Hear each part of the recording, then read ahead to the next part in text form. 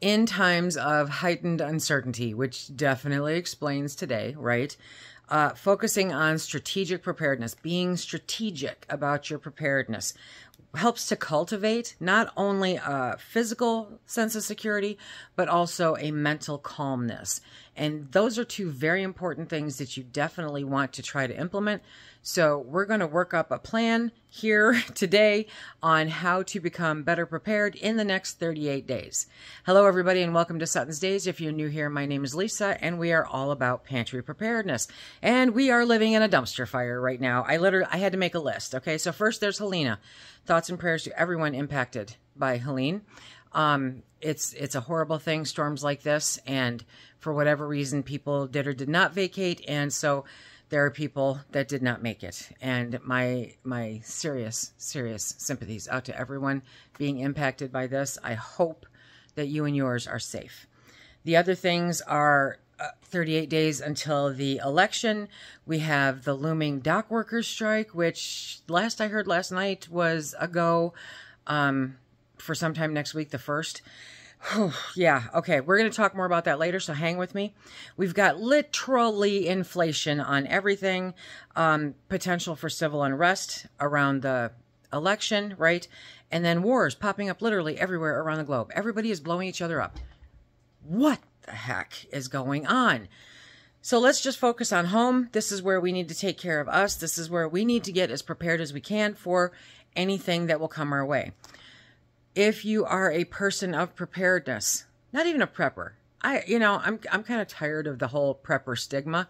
Honestly, it's the way smart people live. It's the way smart people for generations have lived, is to be prepared for what potentially could come down the pike. Not sit there and go, oh, it's going to snow tomorrow. Let's go out to the store and get bread and milk. Okay, no, we don't do that. We're smarter than that. And that's why you're here, is because you are smarter than that. We need to become prepared because you never know what the world is going to throw at you, ever. Between the weather and the world at large, who knows? And I'm not even going into the end of the world as we know it or EMPs. No, I'm not, okay? We have enough to worry about today with the list that I handed off. So, strategic implementation to make sure that you are prepared in the next 38 days. Are you ready? Let's get started. First and foremost, you're going to stock the essentials. The essentials are important. It's not all about putting your feet up and eating bonbons while the rest of the dumpster fire does what it does, okay? Prioritize the basics you need for a few months of security. If you're just getting started, do it for 3 weeks, okay? Figure out 3 weeks. Figure out 4 weeks. Don't worry about a couple months, but you want to build that up as you go. It's not a set it and forget it. So prioritize the basics that you need to get you through a certain time frame, whatever that is for you. Water, always aim for at least 1 gallon per person per day, okay? And yes, I know people, pets. Think about your pets too. So, I would love to say have a 30-day supply of water for you and yours in your household. That's a lot of water, okay? But what you want at least is a week for all the people and the pets, and then a way to filter and or purify water. That's the best way to handle it. You want to be redundant in your preps. You know, you want to make sure that you're not putting all your eggs in one basket. So, water, stock it up, have a way to purify it, have a way to filter it. Links are down below. Next is shelf-stable food. Yeah, shelf-stable food is awesome. I don't care if you stack up 30 Dinty Moore meals at this point. I really don't. Okay, but focus on frugal, high-calorie, and nutrient-dense foods. You can stock up 30 days worth of food for very little money if you're smart about it. And because you're here, you're smart about it. So let's do this. Rice, oats, pasta, right? Freeze-dried and canned vegetables, fruits, and meats. All beautiful. Flour, sugar, salt, and other baking essentials.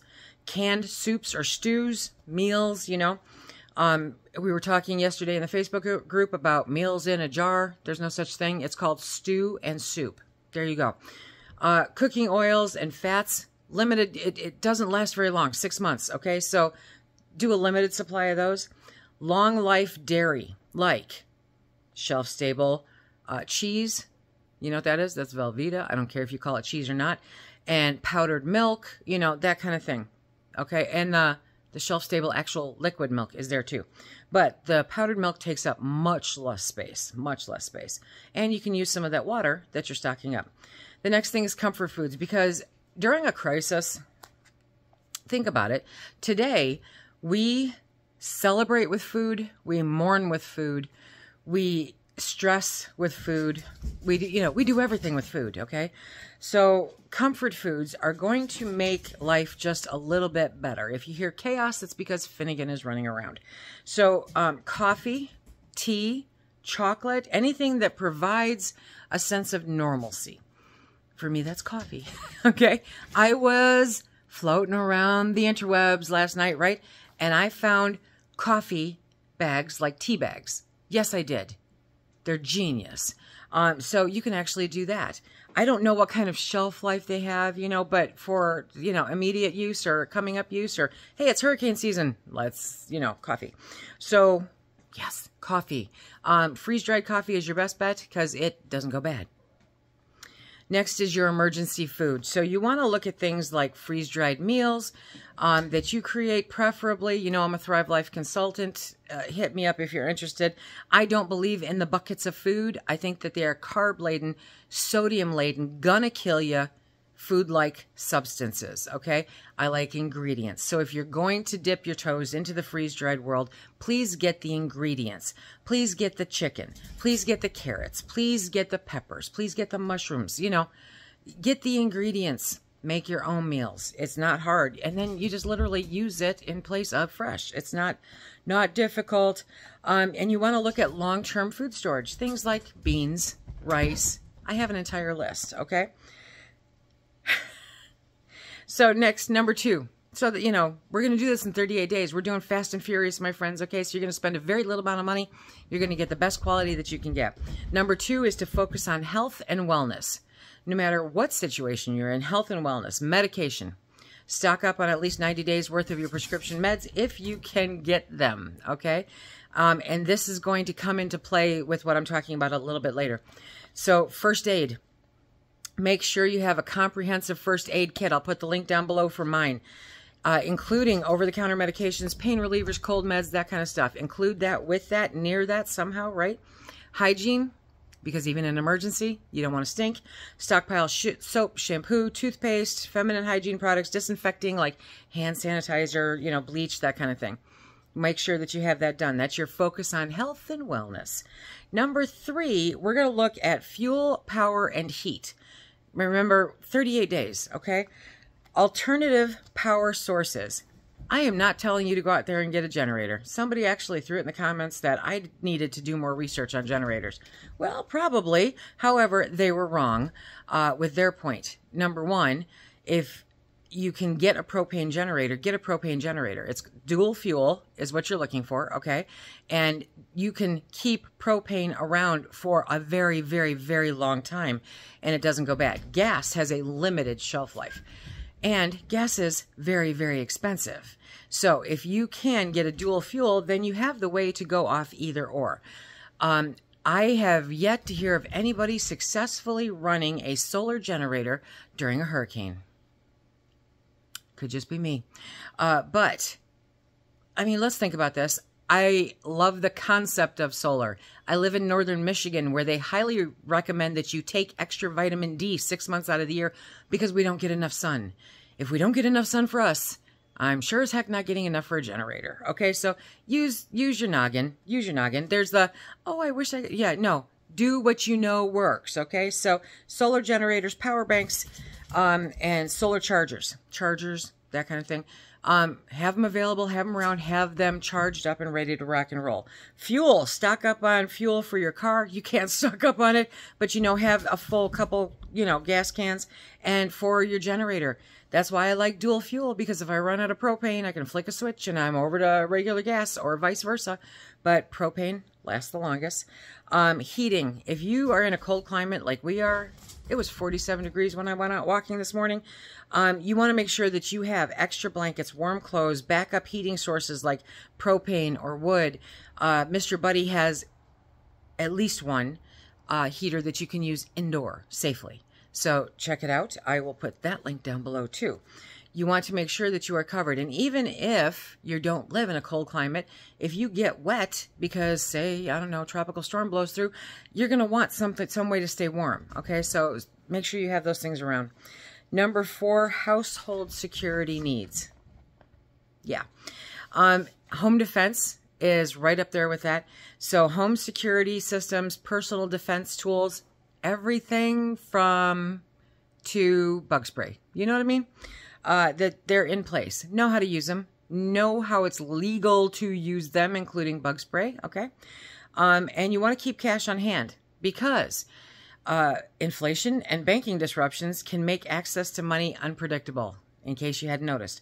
Have enough cash for 2 to 4 weeks of expenses, meaning that you have it around to get that gas at today's prices, or to get some of that bread at today's prices if you're not making your own, okay? If things go hairy, today's prices are not going to matter very much, and you'll probably use 4 weeks in a couple days, you know what I mean? But it's nice to have that cash around, whatever the amount is. Small denominations, my friends. Number 5 is to build up your network, because you need people. I would love to say that you could do this all by yourself, but you can't. You need people, okay, for any kind of long-term emergency. So 1 is community. Strengthen ties with family, neighbors, or local community groups to support each other in case of emergencies.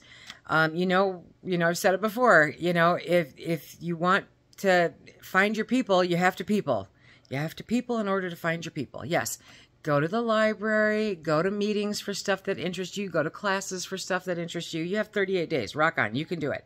The next one is information. So keep a list of emergency contacts and trusted information sources. Print it out, laminate it if you can. Put multiple copies of it in your first aid kit, in your bug out bag, in your wallet, wherever, okay? Number 6, this one's hard. Mental preparedness. This one's hard, okay? But I've mentioned it often throughout this series. So this you can do. You want to be able to stay informed, but limit doom scrolling. Limit your doom scrolling, because, man, it can suck you right down in there, right? Get your news from reliable sources. Who are they? Apparently, I don't know, because AP News isn't it. But set boundaries to prevent panic. You need to make sure that you're aware of what's going on without saturating yourself in it, okay? Because if you do that, it's just going to make your anxiety that much worse. Things are going to be that much harder to deal with. So don't do that.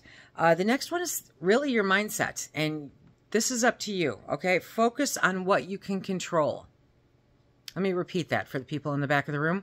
Focus on what you can control. As a self-diagnosed control freak, I know that that's hard. You want to be able to control everything. You should be able to control everything because, well, personally, I'm Wonder Woman. I should be able to control everything, right? Not always the case.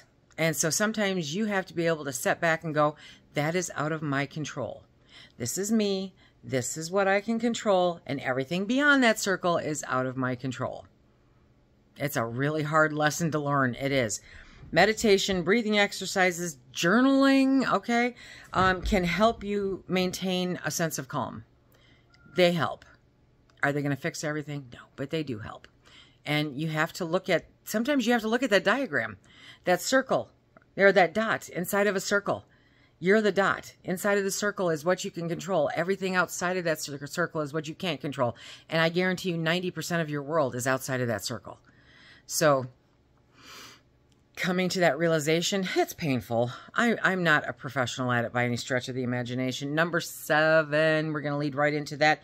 Time-sensitive actions. Because this is time-sensitive, okay? So if you're anticipating a supply chain disruption due to strikes, right? Start shopping in smaller strategic batches each week to slowly build up your reserves without overloading your budget or drawing attention to your activities. Definitely don't draw attention. Do you remember during the pandemic, people walking out with, 2 and 3 of those big push carts from Sam's Club or Costco, stacked 5 foot high with crap? Don't draw attention. don't. And actually, this is where grocery pickup comes in handy, because they do all the shopping. They put it in your car. You're only visible to a few people, you know, so it's a good way to go about it. It's not, preparation is not just about stockpiling. It's not. There's so much more about being prepared, okay? It's about cultivating resilience, because we weren't put here to be victims, okay? Cultivating resilience and security when times are uncertain. And we can do this, even if you haven't started yet. Even if you're just starting today by running across this video. Highly recommend you check out more of my videos. But focus on these key areas over the next 38 days, okay? And you'll be much better positioned to weather the storms ahead. No pun intended. I'm sorry for everyone in the path. Now, I printed this off because there's so much going on with this strike, this potential strike, because until it happens, it's still a potential strike, okay?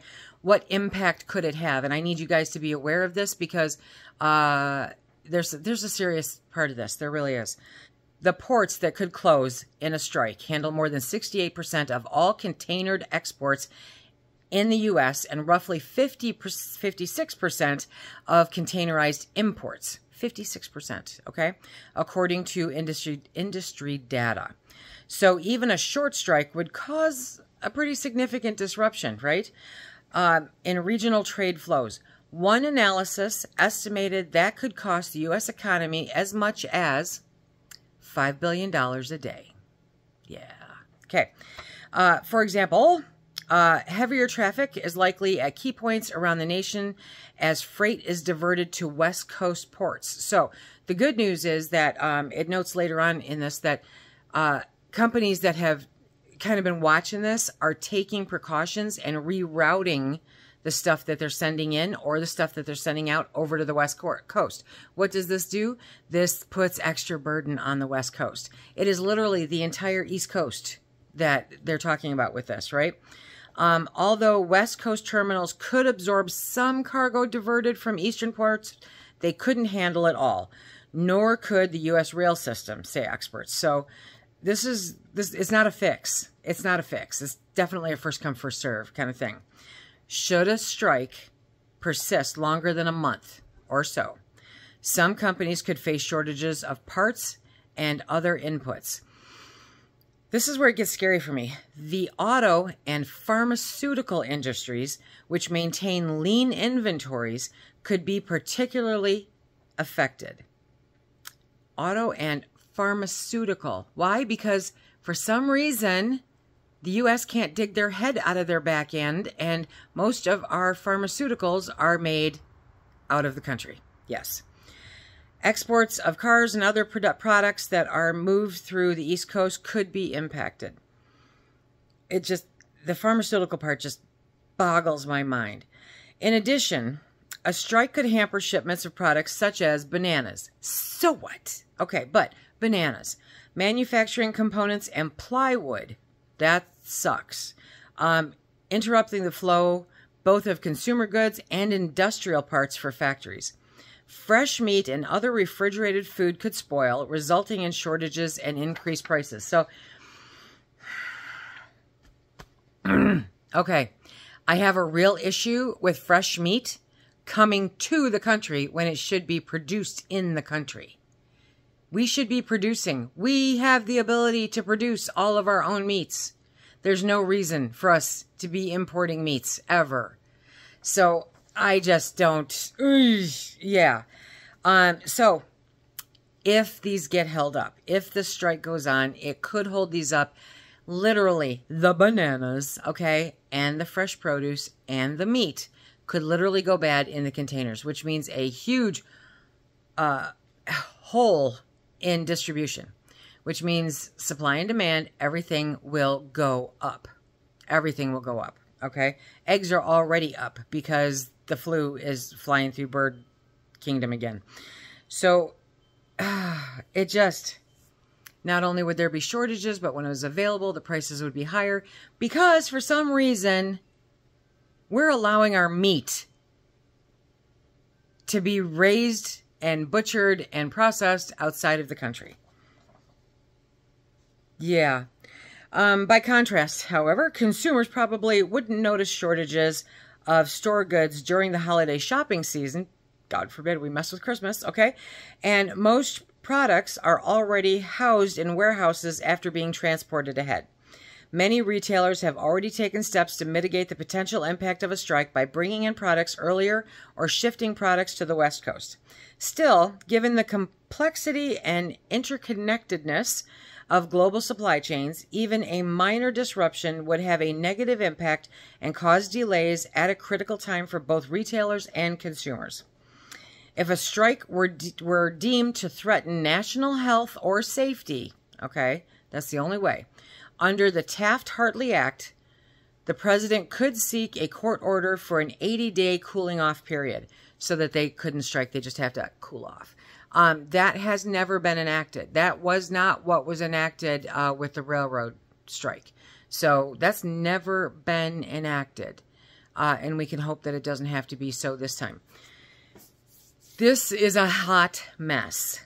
And this is another reason to be prepared. And I'm going to give you an example, which is not me bragging. It's just a fact, okay? I have been working hard at this for a very long time. I buy our meat 3, maybe 4 times a year. That is it. That's the only time I buy our meat, unless I run across this really great sale, you know, and then I'll buy 1 or 2 things, fine. But for the most part, I buy beef once a year. I buy chicken once a year. I buy pork once a year. And then I work that up into freezer, canned, you know, whatever the case may be, so that we have what we need when we want it. I don't have to rely on meat coming from some other country to a port near you. What the heck? I think one of my projects in December is going to be trying to figure out what companies are importing meat. Who wants to run with that one? Go for it. Yeah. Our farmers are not getting paid what they deserve to be paid for food, but we're importing meat from other countries. It should be criminal. And I'm going to kick that soapbox back underneath the table right now, and we'll call it good. If you want to see more about how to stock up on forever foods that literally will last you forever, but don't cost very much at all, check out this playlist right here. Until next time, everybody, be safe. Stack it to the rafters. You got this.